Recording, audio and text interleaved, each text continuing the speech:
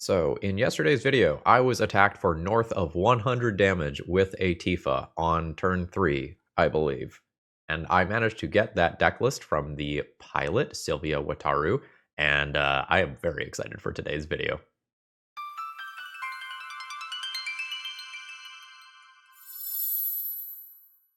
Hello folks, Phil Gallagher, aka ThrabenU here for another Legacy video, and today we are running Landfall back.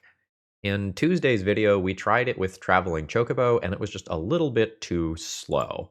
But we are going significantly lower to the ground today. And we are going to be running 1-drop landfall creatures this time around. The base stats of these creatures, as being literal 0-power creatures, is pretty rough by Legacy standards. However, with a single fetch land, these are attacking for 4. And if you start doing anything beyond that, like playing a fetch land, crop rotation for another fetch land, all of a sudden their power starts to look very, very scary. And if you can then double that power in some capacity, things get a little wild. Now, this is going to be a true aggro deck. We are looking to get the opponent dead without interacting with them. And in order to play a true aggro deck, you have to go fast. And Skyclave Pickaxe is a way to do that. So when this enters, you get to automatically attach it to one of your creatures. So imagine that on turn 1, you play one of these. On turn 2, you play this and get it equipped. Well, now every land is effectively giving you +4/+4. And then if you end up doubling that, it is very easy to get your kills.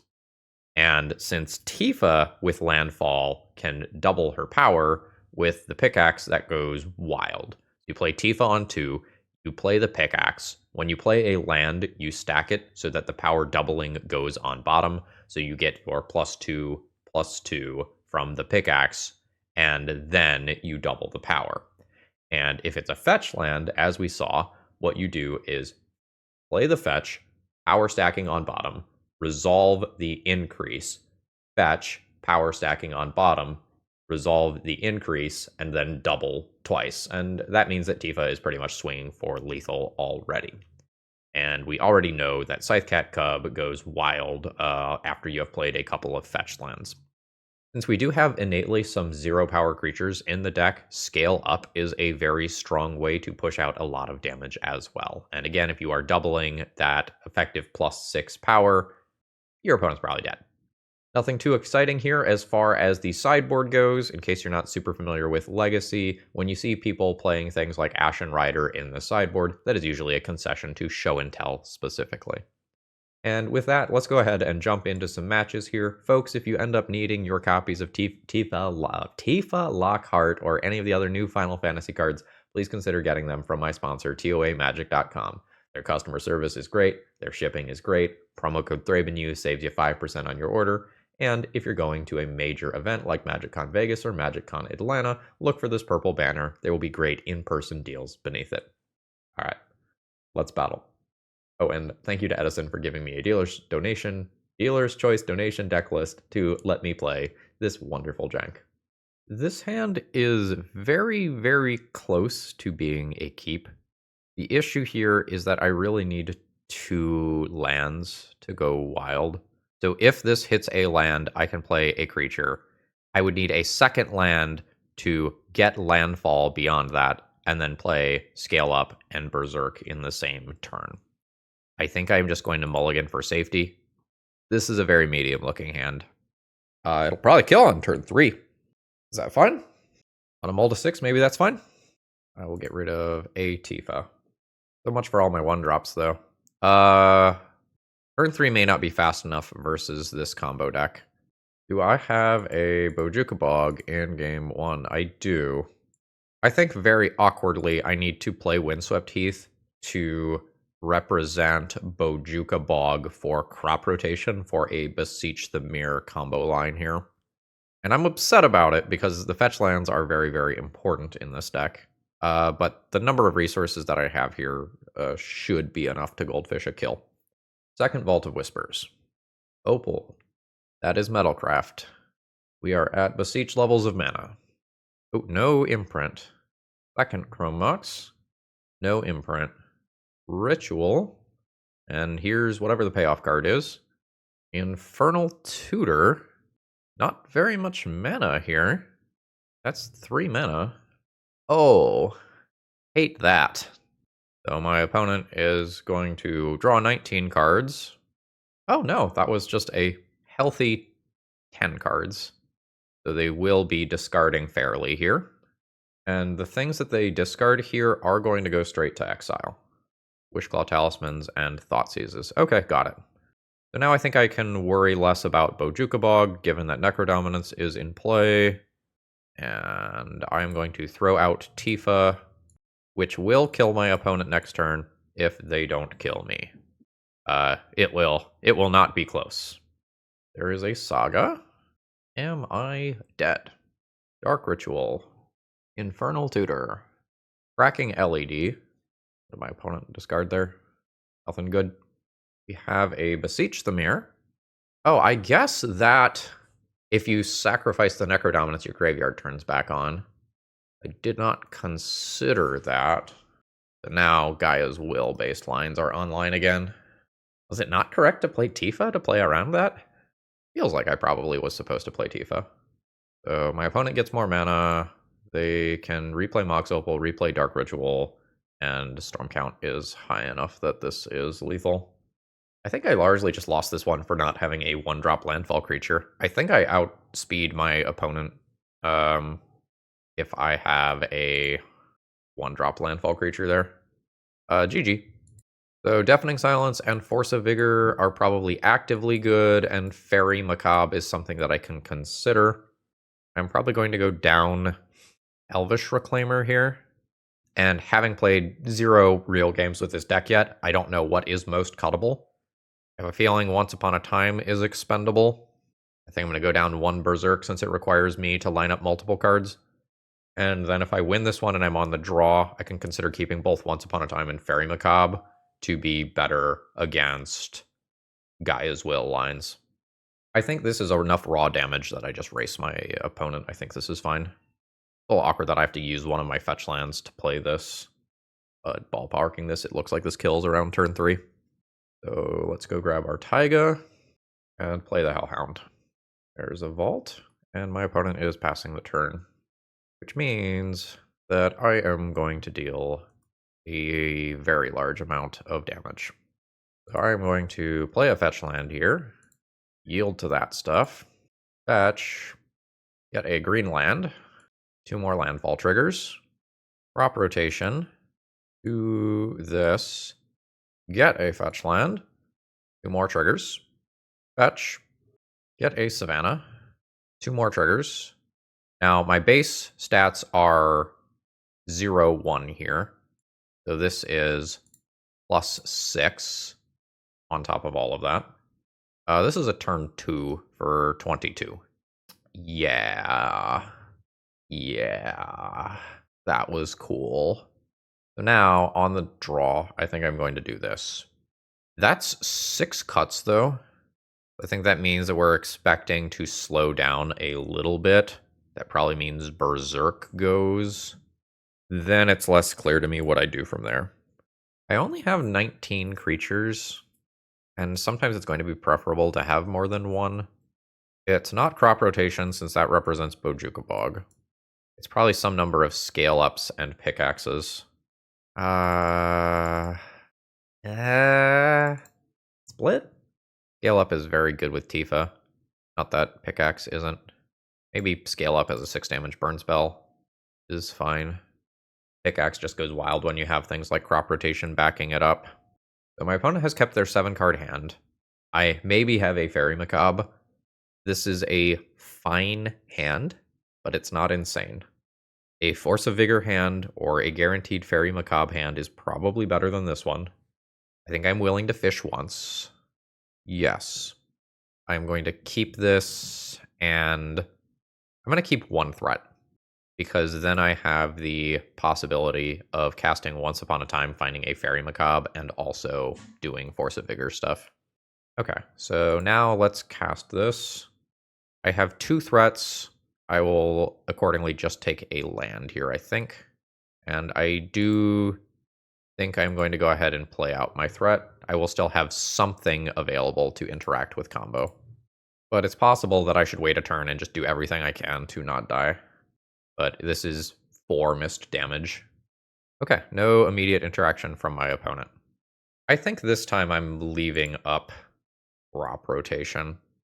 Now that my opponent has another mana source in play, things are a little scarier. I will fetch now for the immediate damage. The immediate damage does matter for things like Necro. 16. No play from my opponent. Still no play from my opponent. They kept a 7-card hand. So we'll see where this goes.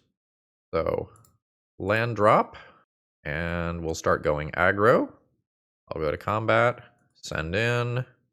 After my opponent doesn't block, I will go ahead and fetch. I'm just going to grab the basic here. So that's another +2/+2. We double the counter. This is 6 damage. If I crop rotation, I get 4 more from Scythecat Cub, and 4 more from the Lynx, 2 more from the Cub.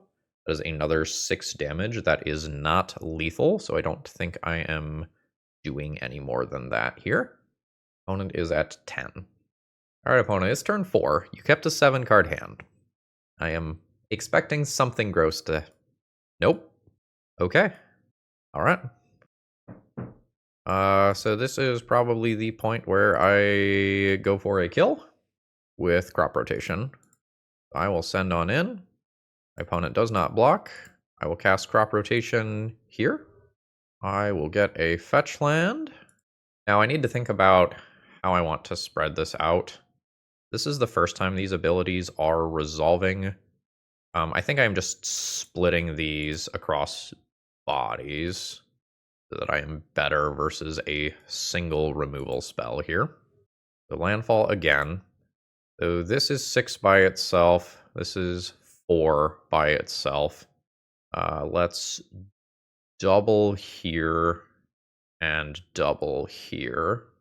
This alone is lethal, and then this is 6 backing it up. Okay, there is a fatal push. Opponent is still taking 6, going to 4. And I have Force of Vigor to interact, which I don't think I'm just going to use on Naked Lotus Petal. Okay, my opponent kept a 7-card hand and cast Fatal Push. I think they should have mulliganed their opening hand. I don't know why they kept it without seeing it, obviously, but I am going to present a fast clock, and I don't know that Fatal Push makes a hand keepable. GG's. Today's video is sponsored by Moxfield.com. If you want to see upcoming sets, if you want to understand commander brackets, or if you just want an awesome place to store all, and I mean all, of your deck lists, Moxfield is the place. You can organize all of your decks by folders, and you can even change the views. You like visual, they've got that. You like text, they've got that. Check out my Moxfield Pro Field if you want to see all, and I mean all, of the decks that I've been cooking up. Alright, I still don't have a feel for whether or not it is acceptable to keep Tifa hands. Like, I will play Tifa on turn 2. On turn 3, I will scale up and then double Tifa's power twice, and that is a goldfish. But I just don't know whether or not this is fast enough without getting some games in. I obviously think that the hands that just play a 1-drop are better, but are keeps based around Tifa and Scythecat Cub reasonable? Probably. We got the second land drop from my opponent. I am not going to fetch yet, in case I want to hold on to the fetches for some reason. How do I feel about that? I think I play that since it's not a fetch land, but don't use it as a wasteland. I think I just want to have extra mana next turn to play around the daze type effects when I go wild. That is Force of Will for Personal Tutor, so we are playing against Doomsday. Now that I know that, wastelanding this is very good. I don't think this is going to be too bad of a matchup, though, because I can hit my opponent very, very hard for past the turn Doomsday lines. I think I'm going to lose this one. But, you know, for example, if I had resolved that Tifa in a hypothetical world, Tifa would be swinging for lethal very, very easily. Since my opponent had the Dark Ritual, even if I wastelanded them, they were still casting Doomsday this turn. Alright, my opponent has floated a mana and cycled a Street Wraith.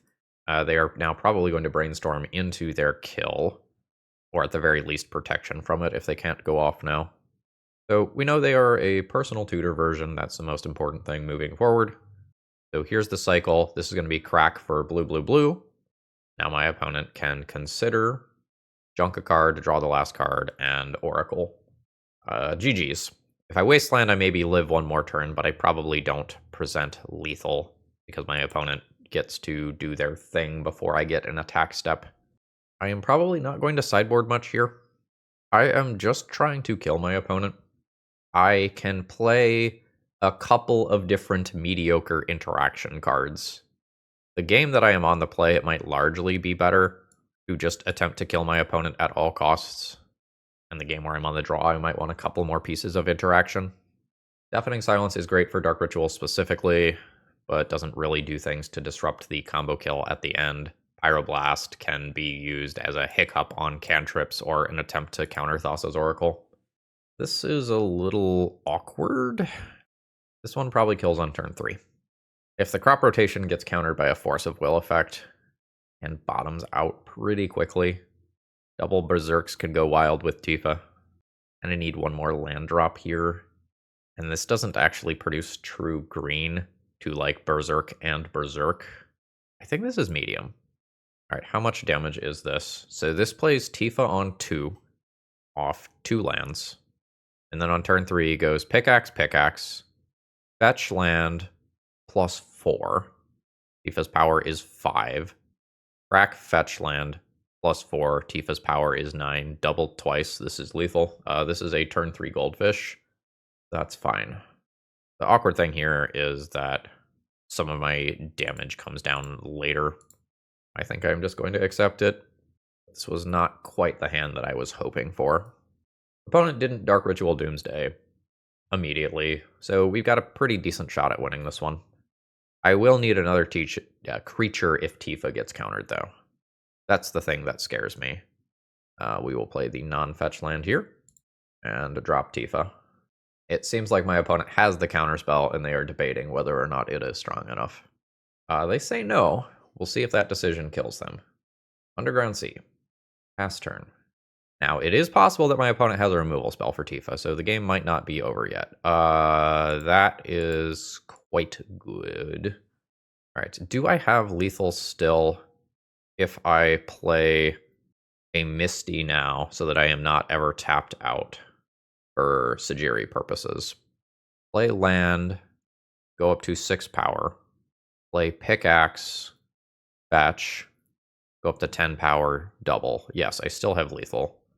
I can go ahead and do a regular land drop now. Tifa's ability on bottom. Pickaxe, attach. I guess I am the one to act first, though.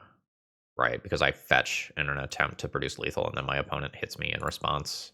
So it's just better to do it the other way. Oh. Fetch. Forest. Double on bottom. Now they still might have a counterspell here. Alright, they do. Pitching into the Floodmaw. So Tifa is still theoretical lethal there, but then is destroyed by Long Goodbye. And that has torn apart my entire game plan. I need to draw a new creature. This is very, very bad for me. Spell Bomb? That feels weird. Okay. That's worth something. This is unfortunately 3 to equip. I'm going to save my land drop for next turn. It's worth some damage that way. If I specifically draw another land... Alright, opponent's going now. There's the Doomsday. Anyway, if I specifically draw another land and I put this into play on the next turn, I can fetch, equip, pickaxe, play second land, and get a little more damage out of it, but I miss some guaranteed damage. Opponent is at 9. Ooh, looks like they can potentially win the game right now. There is Consider. Lotus Petal. You have second Lotus Petal already? Oh, Unearth Thassa's Oracle. Yeah, that'll do. GG's. We presented our lethal, and it was not good enough for the 2 pieces of protection, or rather interaction, that my opponent had. Alright, opening hand is okay. I will take a land. We will use the land to play our first threat, and pass from there. It is another Vault of Whispers deck. Unexpected. Thoughtseize Undercrow Mox, and a Wishclaw Talisman played out. This is probably a time where I go for interaction over the highest possible immediate damage. 18. I will probably kill around turn 4. And it's just unclear whether or not that is going to be fast enough here. Ball Ritual. Activating Wishclaw. LED. Are we spinning the wheels with Echo? You have something more deterministic. There is Infernal Tutor with 4 mana. Probably means Beseech does gross things. Yes. Or Gaia's Will, and we'll F6 at this point. Opponent can replay the Vault of Whispers, getting the initial mana to cast things like Dark Ritual and Cabal Ritual. There's the Cabal Ritual. Now opponent can just play out a couple of things to build Storm Count before casting Beseech for lethal. Yeah, you can look at my cards. There's the Beseech or a Lethal Tendrils. We got turn 2'd. That's fine. So I will probably do at least those, and we'll think about these as well. I think before I was junking Elvish Reclaimer. I think I was junking Berserk because it required other cards to be good. And then I think I did a play draw thing of whether or not I was playing Fairy Macabre. I think here I am going to full on take them. Wonder if I can just not do that. And then maybe cut 2 of those. Okay, this has a piece of interaction and probably a turn 3 kill. I think that is fine. While I might prefer something like a Deafening Silence based hand, I don't think I give this up. There's Vault, which I can force a Vigor. This denies 1 mana if I do it right now. Is that enough? Might be enough. I'm gonna go for it. Now Mox Opal won't have Metalcraft. Unless my opponent vomits out a ton more artifacts. But I'm hoping the margins are tight on this turn. Dark Ritual. That means that my opponent gets up to 4 mana, which is often the number that I am trying to avoid. That's Infernal Tutor with the ability to crack LED. Not good for me. That's an Ad Naus. My opponent... Oh, with Static Prison, they might not need to present a kill if they can play enough artifacts to remove my Hellhound, which they now can. Opponent is thinking about stopping at 6. It feels like this is enough to kill me. Keep flipping. They're at 5. That'll do it. So Lotus Petal, Dark Rit, Beseech for Tendrils is already going to do it. I'm going to save myself the time here. I can see that I am dead. I had something that denied 1 mana, and that was simply not enough. We got turn 1. For giggles, what would I have drawn? Just a land. GG's. Alright, I'm still on the fence about these Tifa hands. Playing against various Storm combo decks today means that they have not been fast enough, but this is so much raw damage. And now I have a little bit of threat diversity as well. See if we just eat Entomb Reanimate. Not immediately, but in the right colors. Basic Island. Ponder's fine. And that's it for now. A Hellhound. That's not going to do any immediate damage. I think I'm going for a Tifa immediately since I have multiple of them. We'll grab 1 Savannah, 1 Taiga, and throw down Tifa. I have tapped out of my crop rotation. There's an Atraxa. Yeah. I mean, you got it. I could do something like play the Hellhound there to play around this specifically being Blue-Black Reanimator, but this just as easily could have been Doomsday, a Storm deck, a Dimir Tempo deck. And by going for the line that kills my opponent next turn, I probably lose. I might be able to just attack my opponent for more than 25, but as soon as there's a Force of Will here, that's off the table. And there is the Goyf coming as well. Oh, and there's more. The Thoughtseize is a little rough there. That means that I lose Scale Up, or potentially Crop Rotation. I've lost Crop Rotation. Scale Up not perfect in multiples here. I'm going to throw down a Scythecat Cub, play a fetch land, Tifa ability on bottom, Scythecat Cub, target Tifa, fetch, we'll go red here, Iga, Tifa ability on bottom, Scythecat Cub ability on top. So that's 6, that's 12. I will scale up on top of that. This is another +5 here, because Tifa has 1 in 8 power. Alright, that gets the Force of Will. I'm still willing to crash in. It just doesn't feel great. My opponent takes it, goes to 3. I don't have another land drop for next turn. My opponent gains 6 here, and can then play a Goyf. There's Brainstorm. Thinking back on it, I wonder if my line last turn is better if I just try to scale up 2 different times. Alright, let's see if I can kill through that. Not without a land. This could potentially present lethal the following turn, but my opponent gains so much life. There's the Hellhound. And a Daze. Wasteland can cut me off of white. That shouldn't matter too much. I'm currently set up to take 10. No, I'm only going to take 6. They're going to leave back the extra body. That's reasonable. Cameo, sure. Ooh, I lose scale up. That's a lot of power lost. Alright, let's see if this kills my opponent. So Tifa trigger on bottom. Scythecat Cub. Stuff here. Keep the power doubling on bottom there. Go to 4. Pick up Savannah. Power doubling on bottom. We will double these counters twice. So there's 8. There's 16. 17 power goes to 34. 34 to 68. Don't fucking fatal push me. My heart can't take it. Limit break. Send it. With trample. Negative 55 life. When this deck does its thing, boy does it do its thing. I'm not sure if I played that game correctly though. I am probably just into Fairy Macabre here. I am unsure how deep I want to go on other interaction, because it kind of feels like I can kill through the reanimated creatures. So I don't need to remove them, but I would prefer to stop them from hitting play in the first place. Maybe go down on the Berserks. I could still play the Paths because Goyfs are a thing, and because Tameo is annoying. I could buy that. Keep Reclaimer. Reclaimer is more access to Bojuka Bog. Go down 1 pickaxe to round things out. Okay, got a phone call I had to answer. Lost a little time on my clock, but I'm still ahead on clock, so that's fine. My opening hand is aggressive, but does not interact with the Reanimator side of the deck. Hopefully that's fine. Oh, yes. That's a few looks at a fetch land, not a Fairy Macabre. That's not really what I wanted there. A threat or a piece of interaction was preferable to land drop number 5. So the issue in these blue-black matchups is going to be that Orcish Bowmasters kills these 0/1 creatures.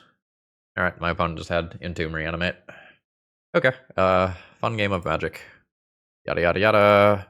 Best deck in the format. On the draw here versus that coming into play, we're just not winning. With no threat here, I don't think I can keep the triple graveyard hate hand. I just don't progress my own game plan, and I will lose to the fair stuff. This has crop rotation for Bojuka Bog. It's a little awkward. If I hypothetically miss my land drop off once upon a time, the game is over. So let's cast this. I think I pick up a fetch land over a wasteland. Play my land drop. Crop rotation is available. I would not like to use it though. It's such a blowout if it gets countered. If I must. Yeah. I don't have a surveil land here. I will just turn that into basic forest, I guess. Alright. Grab a Taiga. Throw down Tifa, who can't be dazed. If I hit a land drop, this kind of goes wild. But again, the Fatal Push type cards that can interact with this can be very bad. Alright, come on, land drop. Negative.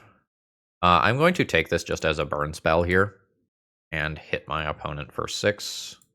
But without the supplemental resources, this doesn't look great. I think since I have 2 of these, I am okay playing 1. I maybe should have considered playing this pre-combat to make it a more attractive day's target. That was probably correct. Land drop 2, there's a brainstorm. Right, and then just passing the turn. So now the question is, does my opponent actually have a Fatal Push type card? It is disastrous if they do. So, is this already lethal? +4/+4, and double multiple times? Yeah, I don't need to play scale up then. So Tifa ability on bottom. So this is 5, doubled to 10.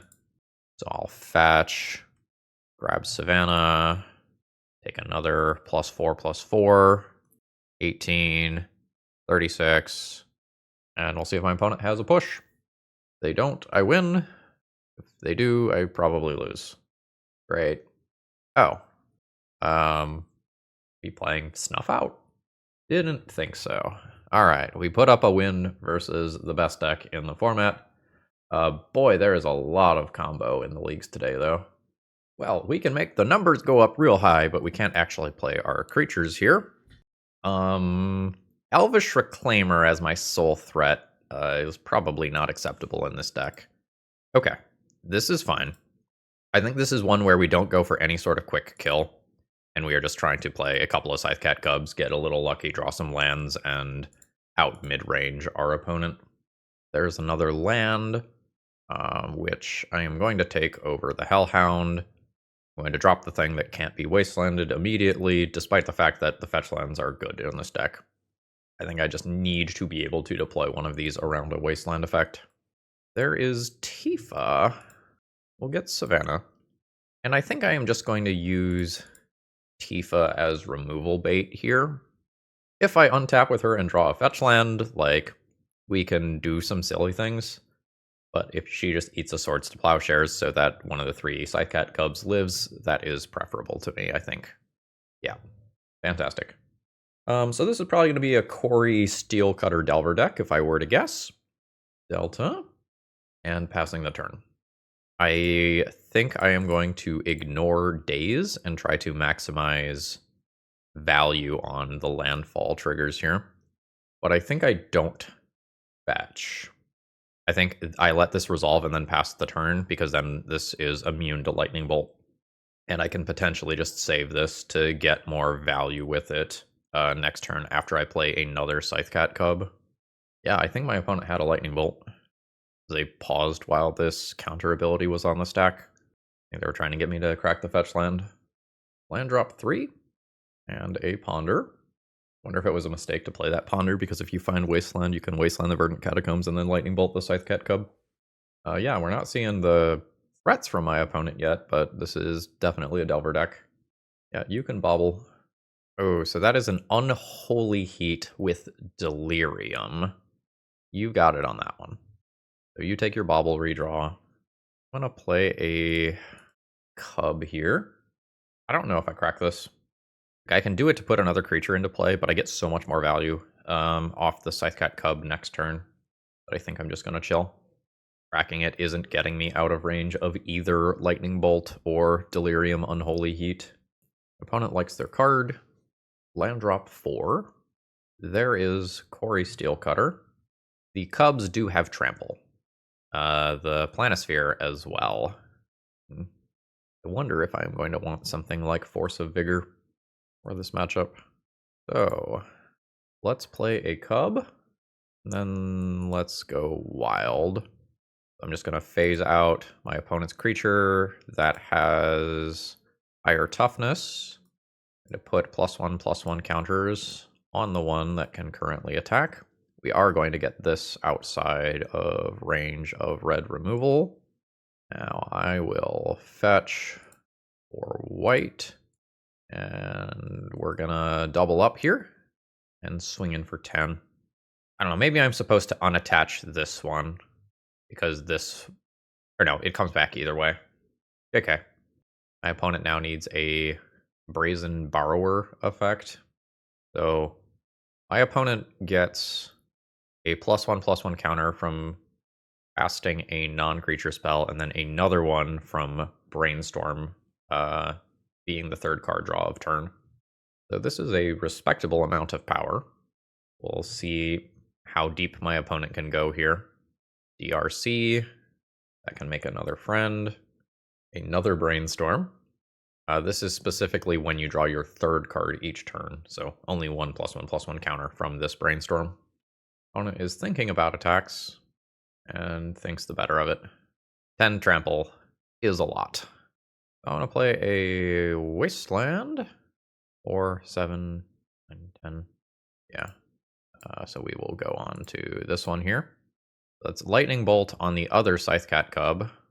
So this is 11 and 12. I will Wasteland the open Volcanic Island. Am I attacking? So there's 5, 6, 7, 10, 13 there. So my opponent can survive this attack.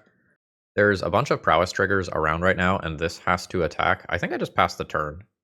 Like, I can take out their 3 best creatures, but that leaves them with the Corey Steelcutter and this equipment to just re-equip. I think I just wait a turn where they don't have +3 from prowess. Alright. Sure. It's the third Brainstorm of the game, which is very unfortunate for me. Very good with the Planisphere. It's always the fucking Brazen Borrower. That's upsetting. Because no red removal kills that creature at this stage. And now I'm just going to get overrun by the onboard creatures. Like, I can block to save 8 health, but I can't really win from here. That's frustrating. So do I attempt to interact with my opponent's pieces of equipment? Or do I just try to kill them? On the play, it might be correct to just try and kill them. And on the draw, I have to accept that those pieces of equipment come down and get in the way of my aggro plans. If this finds a creature, this hand is fine, and if this doesn't find a creature, this hand is terrible. I think I am willing to accept that 5 looks at a creature is reasonable, and just die sometimes. That is not really the one that I wanted, but okay. It can still, in theory, do a large amount of damage, but that's definitely an assuming no interaction situation. Because I could go pickaxe into double crop rotation immediately. Swing for like 9 damage. I'd rather just draw like a 1 or 2 mana creature to play out. We'll see what happens. It is a land. So I'll pickaxe. Get that equipped. I think I'm going to push a lot of damage here. So take my +2/+2. Fetch. Get the basic forest. +2/+2. Crop rotation. Sacrifice forest. Get a fetch land, +2/+2. Fetch, third land in graveyard. Get Taiga, +2/+2. Crop rotation, junking Taiga. Get a fetch land, +2/+2. Fetch, Savannah, +2/+2. Scale up is +3. I think I am okay casting that right now, because that is 20. Oh wait, it's more than that because the ability here is written as it doesn't change. Why can't we zoom in on this? There we go. It gets +2/+2, so it changes the base power and then gets +2/+2. So it was actually +5. So that was a turn to 20 damage off a mulligan and Elvish Reclaimer rather than a real landfall creature. Turns out this deck is cracked if the opponent does not interact with you. And so now I'm just left with the question, like, do I do some number of Path, Pyroblast, Force of Vigor stuff? Like, does slowing the game down actually favor me, though? So Force of Vigor, Path, and Pyroblast all slow the game down. But my opponent's mid-range stuff takes off in that mid-game. I am probably the beatdown here. I don't know that I sideboard. Deck's perfect. Yeah, this is great. I have enough lands that I don't care about getting wastelanded. I have multiple different landfall threats, so I don't care about a single removal spell. This is totally fine. And Berserk could be used as a removal spell on my opponent's creature, rather than a finisher on mine. If I eat an end of turn removal spell, or if my opponent's... Nope. No action with that. Oh, did they bobble themselves? Yeah, they bobbled themselves, so they wanted that card draw. Alright, fetch. Wasteland. Slightly annoying, but not the end of the world. And they've got their hero token friend in play. So I'm going to go land drop, +2/+2. I'm going to fetch and grab a Taiga, +2/+2. Crash in, see if my opponent wants to block or not. They don't. I'm going to get my more expensive card going because I can't double Hellhound here. Ooh, that is Force of Will. You've got it. So luckily for me, I believe that my opponent will go after Savannah. Savannah represents white removal and is probably what my opponent would want to get rid of, and that means that I can double Hellhound on my turn. Bobble scales up, another +1/+1 counter there. Double Wasteland, holy shit. Obviously that's good. All right, opponent staying aggressive, which means that I get another 4 damage on my turn, and they bobble. All the Hellhounds. Yeah, fetch, pick up Taiga, another +2/+2, go Hellhound, crash in for 4. Opponent's at 10. And we'll see how this goes. If my opponent continues to remain aggressive and attacks with this creature, I maybe can put together a Berserk kill next turn. This is a 6/6. Kind of getting past the point where I can Berserk it in combat. Okay, opponent is on the defensive. Oh? Okay. Land drop. +2/+2 to both creatures. We're going in. Found it. Gonna fetch. Pick up a Savannah. +2/+2 to both creatures. These now live through lightning bolts. Going to go for Berserk on the one that is not blocked. And I'm going to do it again to attempt lethal. I could Berserk here, but if I do so, a spell blows me out. Just any spell that puts a +1/+1 counter on that creature. So we end up positive in this league. We clawed our way back from a bunch of combo matchups. This deck is capable of some very, very powerful starts. Alrighty. Overall thoughts on the deck list. Honestly, pretty darn good. This is a bit of a glass cannon aggro deck. If you are not interacted with immediately, and your opponent has to take a turn to do something like Ponder, or they just play out a small creature, or they play out some artifact or enchantment and pass the turn, and you just get to do your thing, this deck is capable of goldfishing extremely quickly. But that's what it does. It goldfishes quickly. This is a deck that is extremely cool, extremely aggressive on paper, but then the Force of Will, Dazes, Thought Seizes, Fatal Pushes, Lightning Bolts, Swords to Plowshares, Prismatic Endings of the world come in and disrupt what you are doing. The deck can maybe survive one piece of interaction, but the second piece of interaction, it really starts to feel like you fall behind. And there's no end game involving something like Up the Beanstalk or the One Ring or anything like that that claws you out of initial 1-for-1s. And a lot of times the 1-for-1 is not actually a 1-for-1 because you've equipped a pickaxe or used a scale up or expended multiple land drops to do something cool. But for what it is, this is a very well built deck. I think this is much better than the Traveling Chocobo version that we tried earlier this week. I'm going to say that this one is very successful. Would I bring it to a tournament with prizes on the line? No. But this is like absolutely the perfect FNM or Thursday night legacy deck for anything of that general nature. I think this is great. I wonder if there's better things to do with some of the sideboard slots. So like, for example, if you know you are playing a red matchup, do you want to have access to something like Invigorate as a counterspell for lightning bolts for your creatures? That sort of stuff I don't know without playing more games. I will say it's definitely a little awkward to spend mana on sideboard cards. Like, this deck is very low to the ground. This deck is trying to kill opponents. Like, I wonder if this is a time where some things like Gut Shot that are free become actively good. We didn't run into it much today, but I can imagine Orcish Bowmasters absolutely devastating this deck in the early game because it provides 2 blockers and potentially kills a landfall creature.